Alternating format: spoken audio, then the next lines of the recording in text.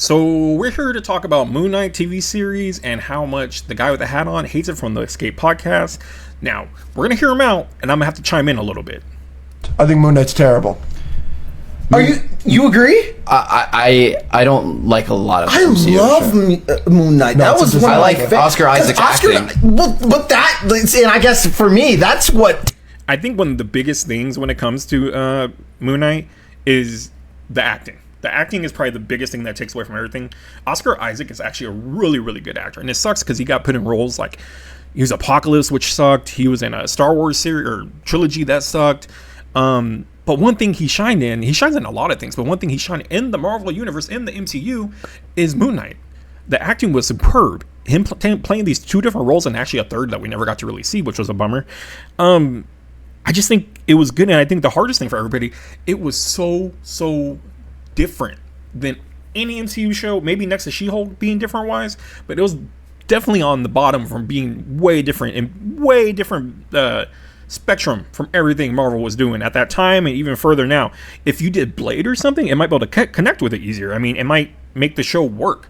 Doing more of a darker series, being so far away that we're off. This is like Doctor Strange almost. Like we're off in a different realm with how these stories are being told.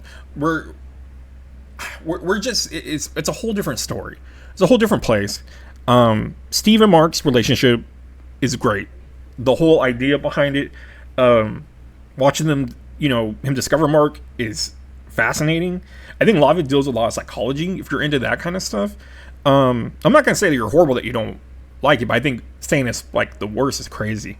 There is just so much fear of like this brotherhood, and it's just strong, and I don't get how people it just like going through this whole emotional journey with them from the beginning to the end. I get it, TV series might not do it justice compared to a movie. I don't know, would Moon Knight be better as a movie or a TV show? I'm not sure, but I know like when it comes down to everything, overall the journey through all this was what was really good in the acting of Oscar Isaac. And I know the biggest thing a lot of people will throw in an argument and try to fight with is episode 5 is, they say, is one of the best Marvel episodes, MCU TV show episodes. I believe it's like highly ranked, and I don't get how you really hate. I mean, I get it, you don't have to have one good one and all the rest could be crap and that's why you don't like it. I get that. I'm not saying that. I'm just saying it's good, but then you get one that just hits. And we have Mark dealing with his childhood trauma, the origin of his personalities, the mother's abuse, his purpose is finally revealed, Steven's purpose, and it's just the deepest emotional vibe out of the whole series. So I mean, I get having some issues, but not connecting the dots, and especially the fact I don't know how many people like really read Moon Knight as a comic. Granted, I wasn't super deep into Moon Knight. I knew him growing up, and I just knew him as Moon Knight, the guy that kind of reminded me of Batman. I didn't know much about the mixed personalities or the bipolarism or whatever you want to call it, personality disorder, I should say. I think that got added on eventually. His original character was not that, and it's a very interesting take on a character, and I think also it opens up the world to be open up to mental health, mental awareness. Anytime we get chances to do that in movies and TV and people can relate a little bit, again, it might go into the whole, oh, you're being woke, you're trying to do different things. It's been here forever. Woke just means now for me. And mental illness is here, and it's something that gets not spoken about, and if they ever do put it anywhere, it's a huge drama. The person can't succeed with it, or if they ever do succeed, they're still like horrible with it.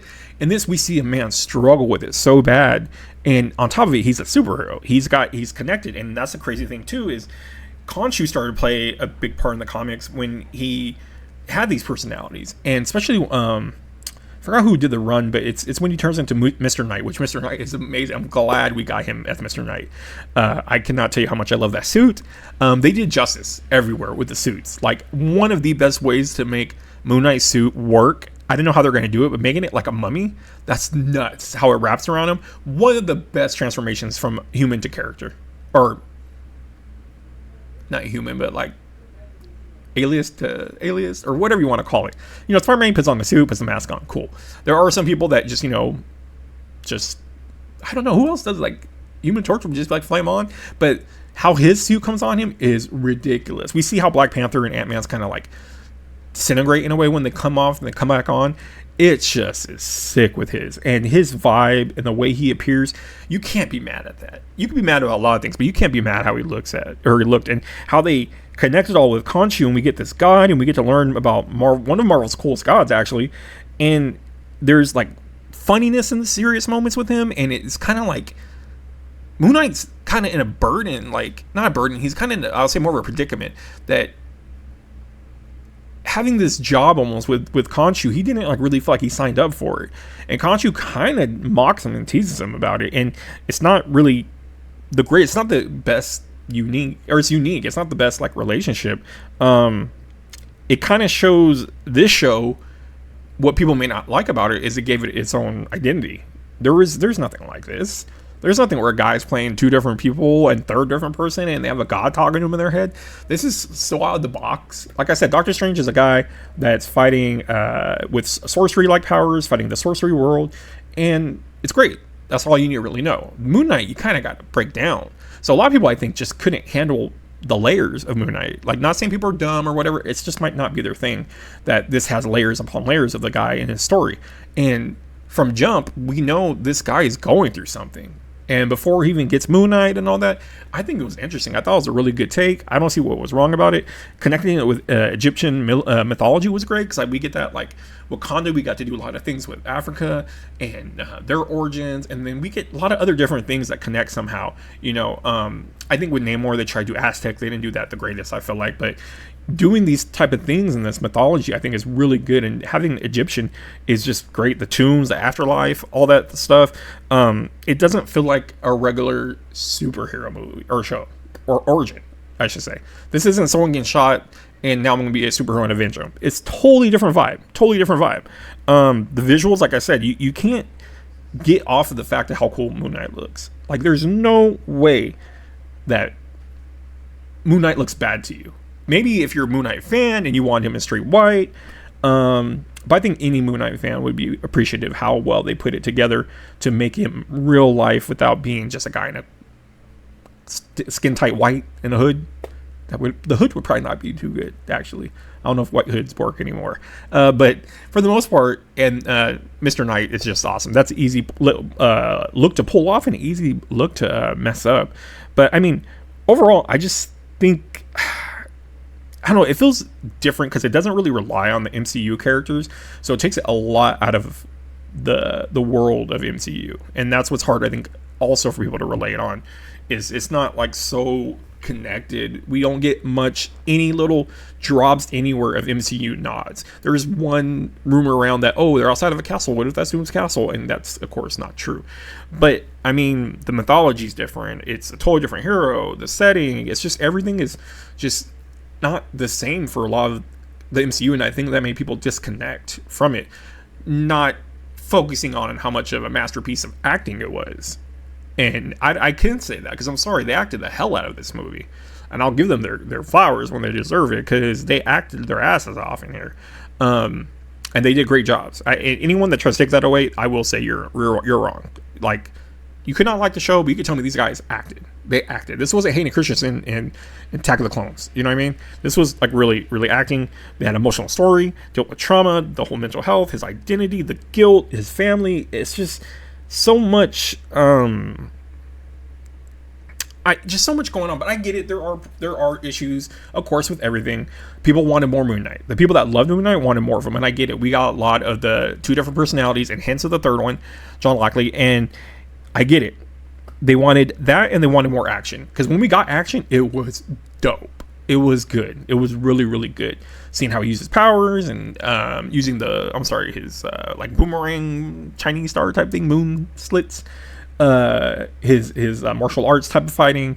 Just when he became Moon Knight, it was just a whole different vibe. It was like he came and turned into this badass in a way, and it's almost like his body gets taken over. It's interesting take on a superhero, and I think people wanted way more action. For even a Moon Knight fan, they wanted more action. I could have used more action myself, that because I just loved it so much, but I was so driven in the story that I kind of didn't feel like at that moment like, oh, there's no much action in this episode or whatever, because there are episodes that don't have much going on. It's more story driven, and I can appreciate that as someone that likes TV shows and movies.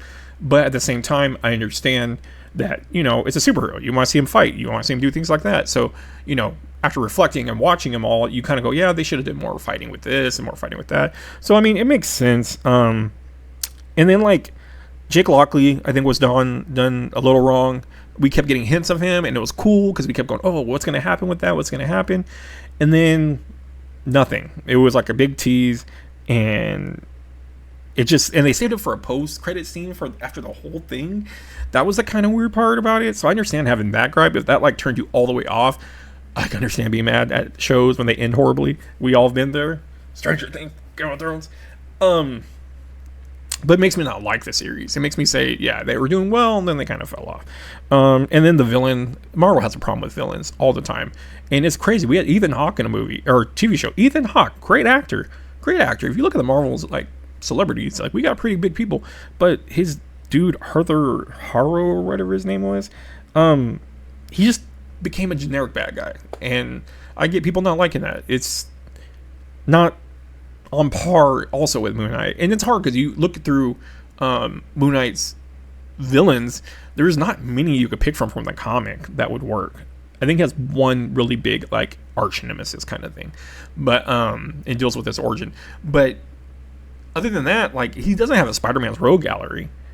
It's kind of hard to pick from, so they kind of did their own thing with this, and God, it sucks because it's Ethan Hawke, and you know, it being Ethan Hawke, it just makes it suck. It makes it suck that we had such a good actor, and after having such a good actor, like, he didn't get to do what he wanted to do, basically. Or who knows? He might have been okay with everything. He might have been fine with doing what he did, but I think, honestly, every actor wants to have a breakout through it or come back for it, but who knows? He might have just wanted the money. I hope not, because I like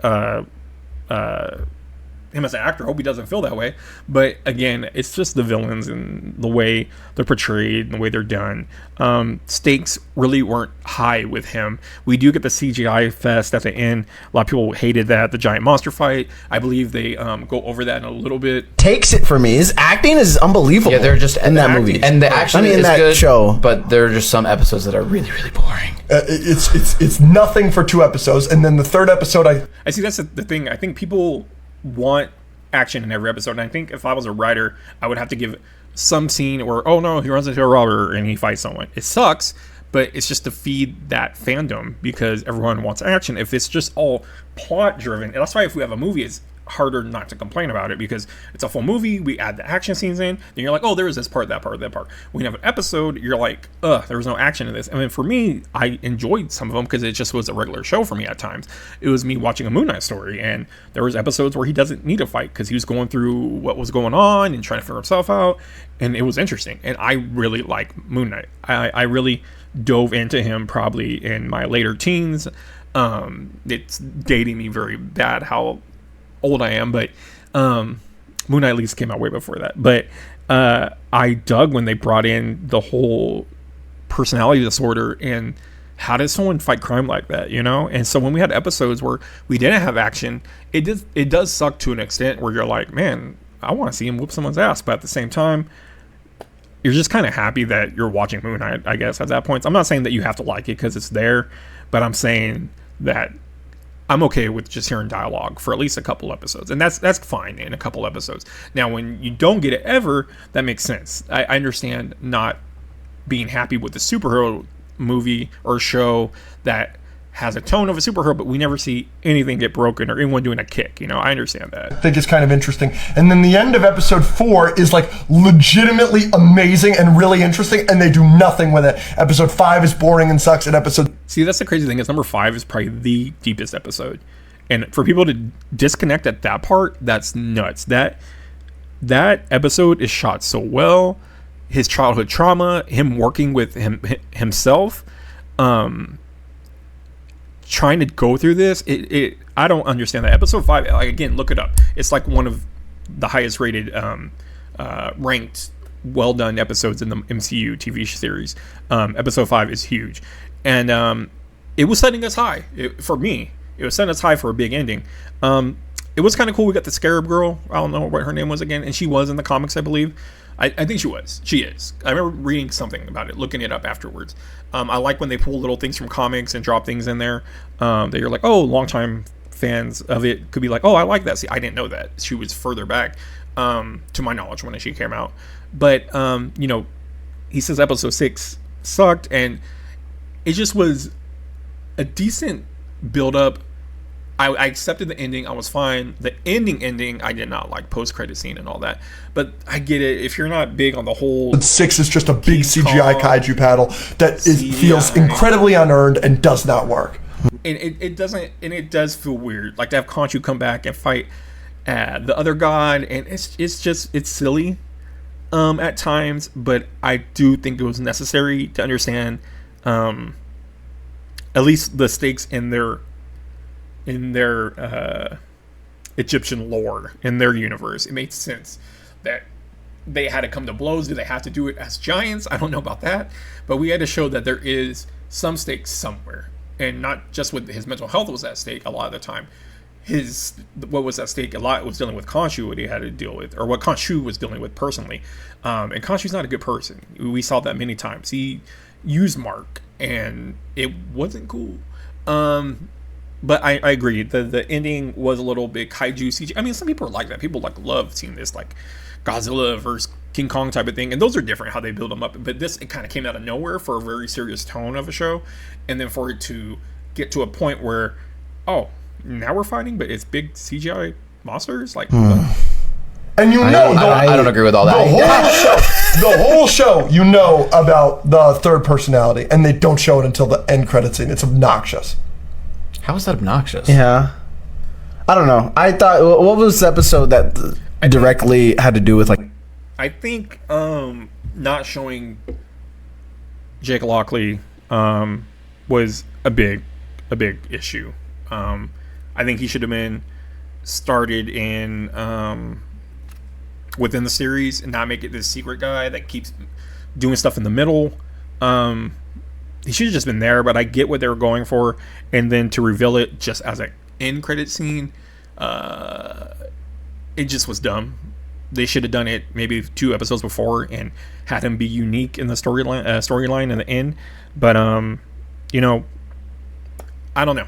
It's minor things I understand, but saying it's like not good at all, that's pretty crazy. Like his past and stuff. I thought that was an amazing episode. Are you talking about the one on his boat? No, it was the one where That is that episode.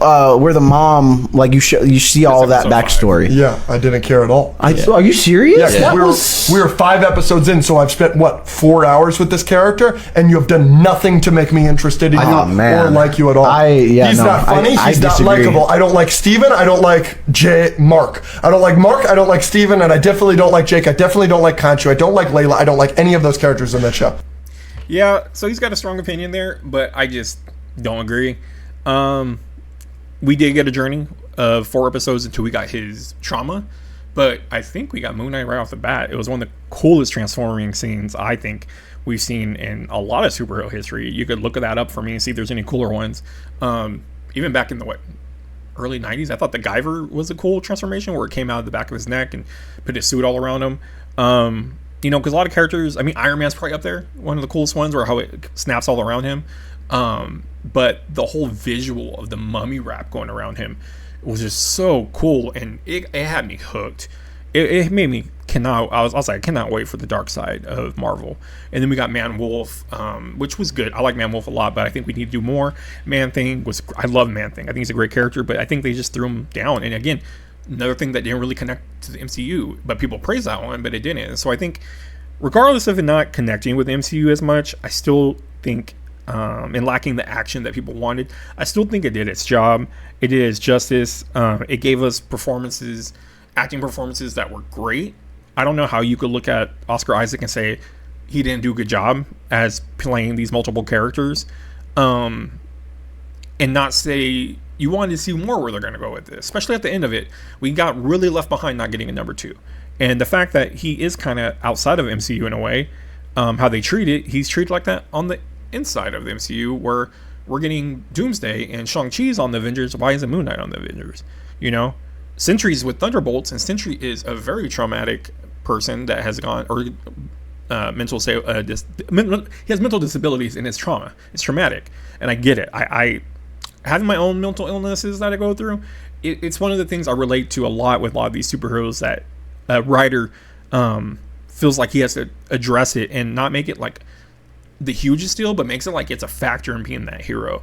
And I think that's cool for people like me that do suffer like from, I don't have personality disorder or anything like that, but people that have any kind of things like that, you kind of shed some light on it, and then you kind of realize, you know, also this person's dealing with supernatural and villains and being a superhero. So I think doing all that is also pretty brave in storytelling and a risk to make this a TV show. And like I said, we have Sentry in there where he fits, and he's going to be in Doomsday supposedly with the Thunderbolts. And then we don't get no Moon Knight. Moon Knight has no way to connect. Thunderbolts had a way to connect with Sentry because, you know, they were basically the new Avengers. Yeah, it's just a shame that, you know, and like I said, episode 5 was crazy. The fact that he thinks episode 5 wasn't good, that's nuts. I actually want to go and look it all up right now, but you're crazy. The episode 5 is really good. But he's like, oh, I was with him for 4 hours and now I'm getting this. Yeah, I mean, I get it. With Moon Knight, you maybe want an origin to why he's like this, but we kind of got this mystery tease burn of what is going on, and we were on it with Mark. You know, we were on the journey with Mark, trying to figure things out. So it's not one of those things where we see him get bit by a spider. Oh, we know why he has powers, but it's not. Getting powers of a spider is okay. It's not traumatizing. What happened to him beforehand was traumatizing. Him getting these powers somehow was the traumatizing part, as well as becoming Moon Knight. His past did not change him into Moon Knight. His past is just part of his personality disorder and what he would have to do to deal with it. And becoming Moon Knight just happened to be a thing that ends up happening. Someone that's avenging the night that took on that persona. And, you know, I don't know. I just think you got to look at it a different way. And I guess sometimes when people say, oh, you got to look at it this way, it's not the greatest argument to say that's why you need to watch this. It's because you got to look this way and look at it from a different perspective. I should maybe reframe that. You just got to look at the direction Marvel went with this. It's not a perception, oh, let's put it upside down, look at it like that. It's a different element, different character.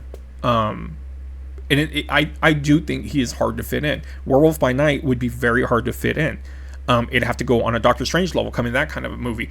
Him popping up as Spider-Man would make no sense. Hence why I think they have a hard time putting Moon Knight anywhere. And on top of it, you have a great actor, Oscar Isaac, that probably has a plate full of movies, and he's probably long gone past his part now, which sucks, because he was great as Moon Knight, and I want to see Moon Knight fighting with Daredevil and Spider-Man next to him. I want to see this bad, but who knows? With this whole reboot, reset thing, I don't know what they're going to do. It just might be gone in the continuity. And the thing with Moon Knight, it can be erased because I don't think there's anything that connects really with the MCU if I look at it. And I think that might have been a lot of people's problem, was they didn't feel that connection to the MCU. They have to feel the MCU to be into the superhero movie from Marvel. But like I said, there's other things that aren't, and people seem to like those as well. So overall, I just think it's not as bad as people are keeping up, or keeping it in that direction, keeping it in that binder in their brain where it's filed under not good. I just think there's a little more discussion for it besides them talking a little bit. He didn't really get to rebuttal back on what was good about it, and just saying, you know, this was good and that was good. I just think there's a lot of strong points to point out why this show was maybe a sleeper. I didn't think it was a sleeper until recently, seeing a lot of these things pop up. People are like, I'm like, you didn't like Moon Knight? Like, are you kidding me? You didn't like Moon Knight? Like, Moon Knight was dope. Like, he had more depth in him than like a lot of Batman stories for an origin, or not origin, for like I shouldn't say Batman because people get really mad, but for someone having almost like a mental illness driving them as a superhero, it's a lot deeper than most superheroes. Next to, like, we got to see Sentry. Other people that have a trauma driven superhero like power or whatever, or why they became a superhero, a lot of times is way beforehand. This was different. He was still dealing with the trauma in person right there. You know, Peter could think about his Uncle Ben in that moment, or his Aunt May now in that moment while he's fighting, but usually it's not going to cross his mind in the middle of fighting unless he gets reminded by it or whatever. when you're living with something, you're living with it, and you have to deal with it. So when you're fighting crime or doing whatever you do as Midnight, investigating, you're still fighting those thoughts. You're still fighting those demons. And with all that being said, I think that's what makes that character unique, what makes him stand out.